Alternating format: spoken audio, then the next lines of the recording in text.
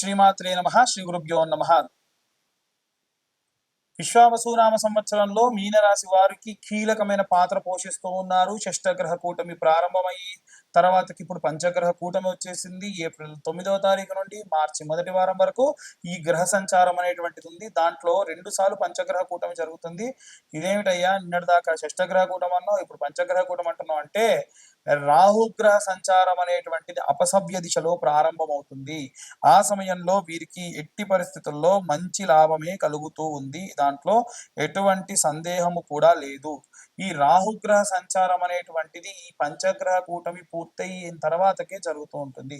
అయితే ఈ పంచగ్రహ కూటమి జరిగేటప్పుడు మొదటి స్థానం అంటే లగ్నంలో జరుగుతుంది కాబట్టి వీరికి, అంటే వీరిది రేవతి లగ్నం, ఇది మీన లగ్నం కాకపోయినా ఈ మీన రాశిలో జరుగుతున్నది కాబట్టి రాశి వారికి ఎలాంటి ప్రతిఫలాలు ఉంటాయంటే, శని వీరికి సపోర్ట్ ఇచ్చేటువంటి వాడే, సూర్యుడు సపోర్ట్ ఇచ్చేవాడే కాబట్టి వీరి మాట విని వీళ్ళిద్దరికీ మధ్యలో ఉన్న క్లాషెస్ ఈయన ముందు ప్రకటించరు.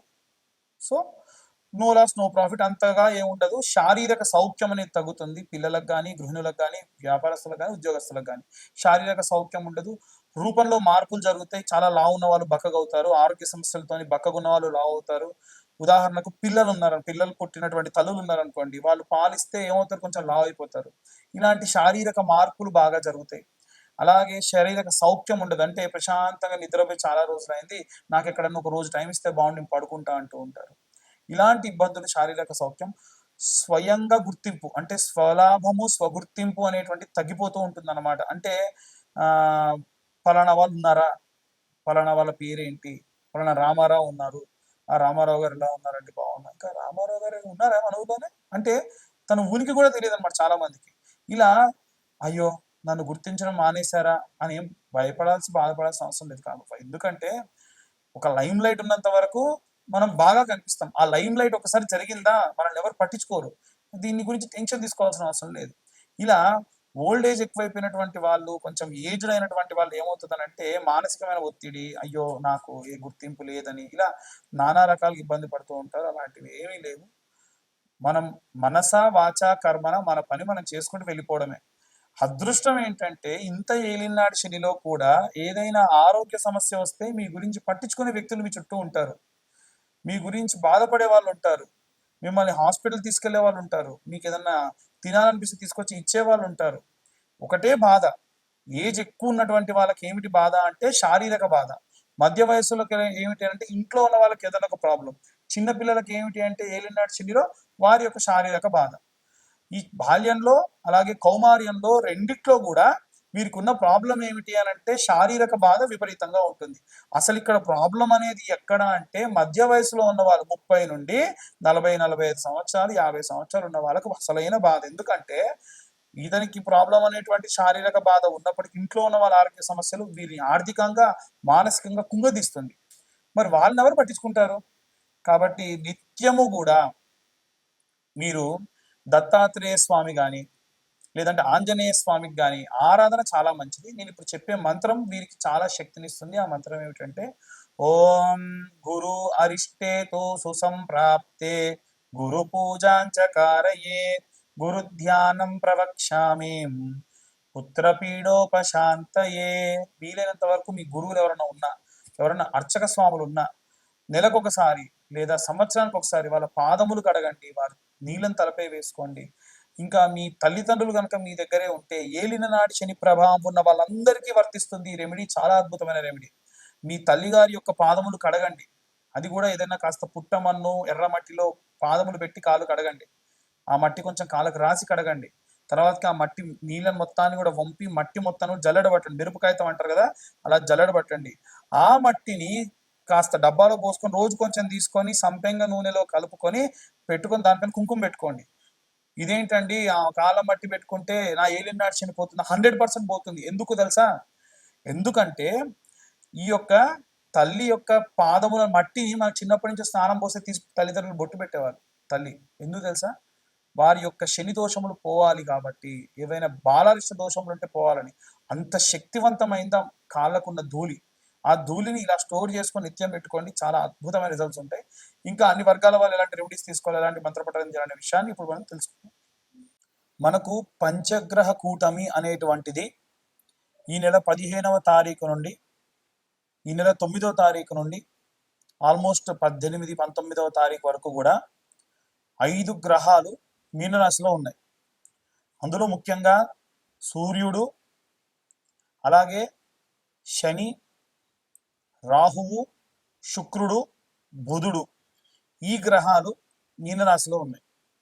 మీనరాశి వారికి ప్రత్యేకంగా, అంటే ఒక్క మీనరాశి వారికి వదిలేస్తే మిగిలిన అన్ని రాశుల వారికి కూడా చాలా విశేషమైనటువంటి ఈ యొక్క గ్రహ సంచారం అనేటువంటిది చాలా హెల్ప్ అవుతుంది. కొంతమందికి నో లాస్ నో ప్రాఫిట్గా కూడా ఉంటుంది. అసలు ఈ పంచగ్రహ కూటమి వల్ల ఏమవుతుంది, ఎలాంటి పరిస్థితులు నెలకొంటాయి అనేటువంటివన్నీ కూడా ఇప్పటిదాకా మనం మాట్లాడుకున్నాం.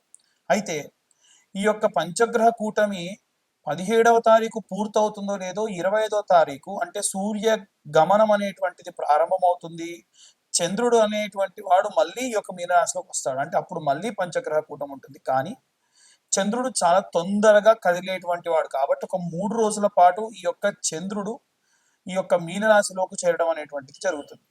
వాస్తవంగా మీనరాశిలోకి సూర్యుడున్నా, చంద్రుడున్నా, శుక్రుడున్నా, శని ఉన్నా ఎటువంటి నష్టం అనేటువంటిది ఉండదు.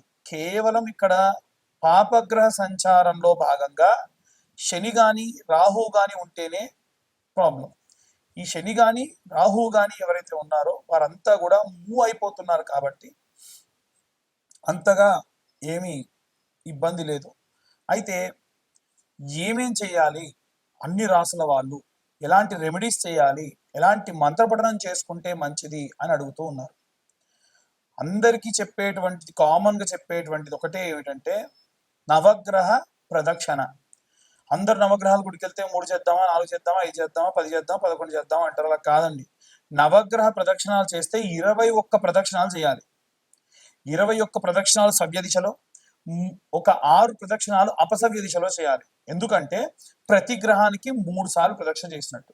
అప్పుడు ఎన్ని ఉన్నాయి? 9 గ్రహాలు ఇంటూ 3 అంటే 27. ఇప్పుడు 27 గ్రహాల్లో కూడా ఈ యొక్క 7 గ్రహాలకు మాత్రమే 3 ప్రదక్షిణాలు చొప్పున చేసి, రాహుకేతువులు ఎప్పుడు కూడా యాంటీ క్లాక్ వైజ్ డైరెక్షన్లో తిరుగుతూ ఉంటారు. పాపగ్రహ సంచారం కదా, వాళ్ళు ఎప్పుడు రివర్స్ అన్నమాట. అంటే ముందు నుంచి కాకుండా వెనక నుంచి రావడము, ఏదైనా సరే కుడి చేత్తో కాకుండా ఎడమ చేత్తో చేయడం, ఇలాంటివి చేస్తూ ఉంటారు. కాబట్టి వీరికి మనం ప్రదక్షిణ కూడా అపసవ్య దిశలో చేయాలి.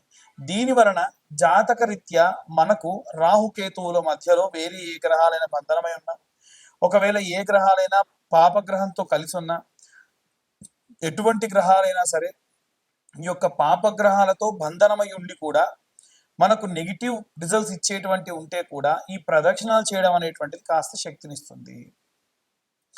చిన్నపిల్లల దగ్గర నుండి వృద్ధుల వరకు, అంటే చదువుకునే విద్యార్థులు కానీ, గృహిణులు కానీ, ఉద్యోగస్తులు కానీ, వ్యాపారస్తులు కానీ, విడివిడిగా ఏం లేదండి, అందరికీ కామన్గా ఒకే ఒక్క విషయం ఏమిటంటే ఆదివారం నాడు పిరికెడు గోధుమలు, ఒక తమలపాకు కానీ ఏదైనా ఆకు డొప్పలో వేసి దానిపైన ₹1 బిల్ల నిలబెట్టి సూర్యగ్రహానికి నివేదన చేయండి. అదే గనక సూర్యగ్రహం నవగ్రహాల మధ్యలో ఉంటుంది.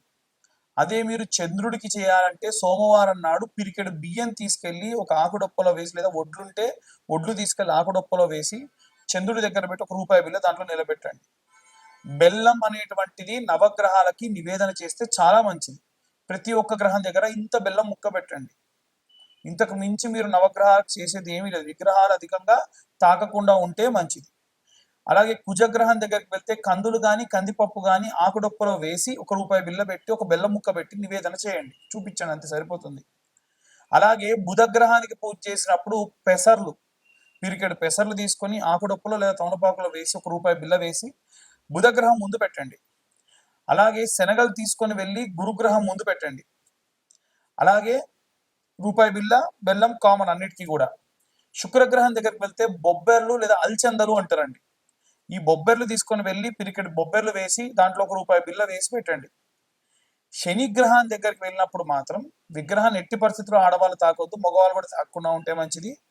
పిరికెడు నువ్వులు, దాంతోపాటు ₹1 బిల్ల, ఆ ₹1 బిల్ల కూడా వీలైతే స్టీల్, అంటే ₹1, ₹2 లాంటివి అయితేనే బెస్ట్.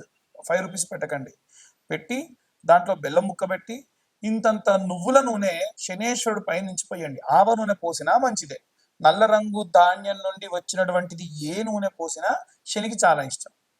ఇక రాహుకైతే మినపపప్పు లేదా మినుములు వేసి ₹1 బిల్ల వేసి ఇంతంత ఆ యొక్క బెల్లం ముద్ద పెట్టేసి నమస్కరించుకోండి.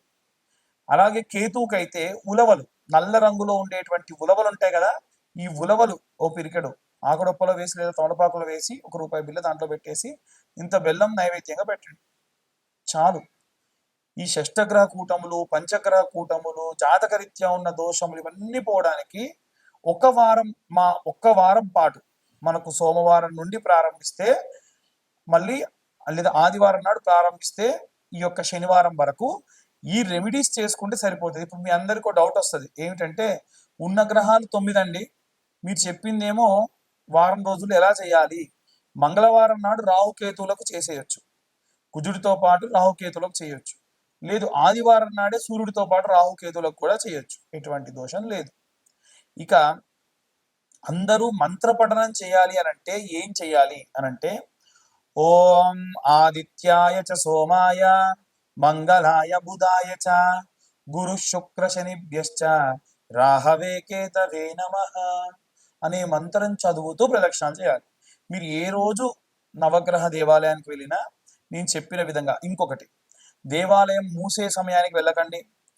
ఉదయాన్నే వీలైతే 7-8 గంటల వరకు దేవాలయానికి వెళ్ళే ప్రయత్నం చేయండి. లేదా గృహిణులు ఉంటారు పాపం, ఇంట్లో అందరికి వంటలు చేసి పంపించాలి కాబట్టి 9-9:30 ప్రాంతంలో వెళ్ళండి. దాని వలన కాస్త ప్రశాంతంగా ఉంటారు. ఇక చాలా మంది మీ యొక్క పేర్ల గురించి అడుగుతున్నప్పుడు మీ పేర్లు చెప్పి వాటికి సంబంధించి జాతకం చెప్పమంటున్నారు. పేరు బలం మీద జాతకము 100% ఎవరు చెప్పరు. అలా చెబుతానని చెబితే నమ్మొద్దు. నేను చెప్తానని చెప్పినా నమ్మకండి అనే చెప్పే గతంలో, ఇప్పుడు చెప్తున్నా. మళ్ళీ చాలా మంది ఫోన్స్ చేసి మీ యొక్క పేరు బలంతో జాతకం చెప్పమంటున్నారు. దయచేసి మీ date of birth, time, place ఉంటే మీ జాతకం గురించి కాస్త డబ్బు ఖర్చు పెట్టి పూర్తి జాతకం తెలుసుకోండి. ఒక ₹2025 మొత్తం ఈ యొక్క జీవిత కాలానికి సంబంధించిన జాతకం 60 పేజీల్లో మీకు అందిస్తున్నా ఈ 2025 సంవత్సరంలో. అంతకు మించి కూడా మీరు ఖర్చు పెట్టాల్సిన అవసరం లేదు. రెమెడీస్, దానికి తగ్గ రెమెడీస్ మీకు పంపించడము, చెప్పడం కూడా జరుగుతుంది. ఎట్టి పరిస్థితుల్లో వీటికి ఇంతకు మించి ఇంకేం కూడా చేసేటువంటి అవసరం లేదు. అందరూ కూడా జాగ్రత్తగా ఉండండి. మన వాతావరణము కూడా ఈసారి చాలా విపరీతంగా ఉంది. ఎండలు బాగా ఉన్నాయి. ఎండాకాలంలో వర్షాలు అప్పుడప్పుడు అధికంగా పడతా ఉంటాయి. చాలా జాగ్రత్తగా ఉండండి. ఆరోగ్యం పట్ల ముఖ్యంగా పిల్లలు 12 సంవత్సరాల లోపు బాల్యంలో ఉన్న పిల్లలందరూ కూడా ఆరోగ్యం జాగ్రత్తగా చూసుకోండి. సర్వే జనా సుఖినో భవంతు. స్వస్తి.